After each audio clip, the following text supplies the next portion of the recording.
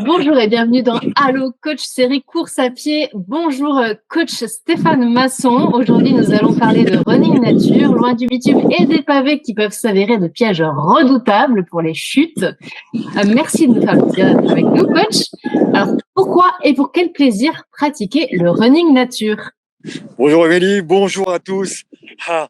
Déjà, l'idée première du running est de courir librement sur une surface plane, sans entrave, sans obstacle.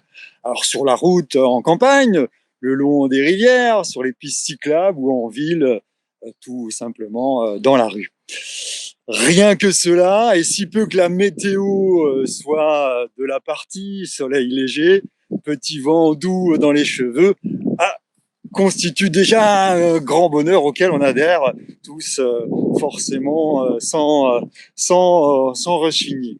Alors, cela étant, et sans vouloir faire le rabat-joie de service, il s'agit souvent de revêtements en béton, de dalles ou de bitume, reconnus comme des surfaces avec un bon rendement, donc agréables à la pratique, mais du coup, durs et peut-être trop durs à la longue pour nos petits corps fragiles. On en a déjà parlé, mais de toute façon, nous allons en reparler. Alors, car le problème des surfaces rigides, en tout cas trop rigides, est qu'elles n'épargnent pas notre santé, en tout cas la santé de notre squelette, de nos muscles, de nos articulations, de notre colonne vertébrale mise à dure épreuve durant les running. Le problème, c'est l'impact. L'impact dont nous avons besoin, et là je fais un petit saut au-dessus d'une barre d'eau, l'impact dont nous avons besoin pour donner l'impulsion, pour pousser vers l'avant lors de la course, transmet une onde de choc qui se propage du pied jusqu'à la colonne vertébrale, jusqu'en haut même de la colonne vertébrale. Et cette onde de choc ne fait pas que du bien à notre corps, surtout lorsque l'on rentre dans une dynamique de longue distance et après avec les années de pratique. Alors vous allez me poser la question, mais quelle est la parade? Heureusement, il y en a une. La parade est déjà la bonne préparation physique. On en a déjà parlé et on en reparlera puisque c'est vraiment récurrent. Très importante. Que l'on fait du running, très important.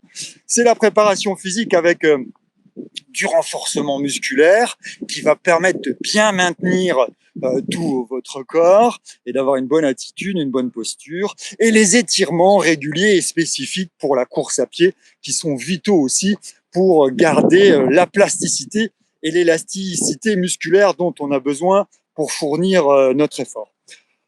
Ensuite, eh bien, vous avez la possibilité de choisir d'autres pratiques comme la natation, par exemple, ou le vélo. Ça, c'est de bon ton, également. Alors, parce que ces pratiques sont beaucoup moins traumatisantes. La natation, moins traumatisante, et le vélo, comme c'est un sport porté, c'est très agréable et ça ne traumatise pas du tout le squelette et les muscles. Après, lorsque l'on est mordu, comme vous, Émilie, et qu'il est difficile de quitter les chaussures de running pour une autre pratique, il y a la solution de courir en nature, en forêt, dans les champs, dans les parcs, en tout cas à la campagne. Cette option a bien des avantages. Alors tout d'abord, le sol, puisque c'est un petit peu le point noir du macadam. Il est possible de courir sur des chemins de terre souples, alors si possible en forêt avec vous savez, le sol très tourbeux comme ça, avec le lit un peu de feuilles, alors là c'est le bonheur, qui va nous éloigner de la rudesse du bitume. Ensuite, le cadre souvent très joli et très varié participe à la quiétude de la tête qui va se ressourcer, et ça, ce n'est pas négligeable. Des études récentes ont montré que il y a des effets positifs de la nature sur l'équilibre émotionnel, sur l'équilibre mental et psychique. Par ailleurs, et là, ce sont les Japonais et les Américains qui en sont fans, il s'agit de la sylvothérapie, qui consiste à être en contact physique de la nature, et plus précisément de la végétation, des arbres, des plantes herbacées, et aussi de respirer à plein poumon l'air pur de la campagne verdoyante. Ça change de la Ouais, ville. ça change. Et puis en plus, il faut savoir que cet air contient une molécule très bénéfique pour l'organisme, qui s'appelle la phytoncide, qui, entre autres, aide à renforcer le système immunitaire, et sans oublier, bien sûr, le bien-être immédiat que cette mère nature nous apporte dès qu'on s'y baigne.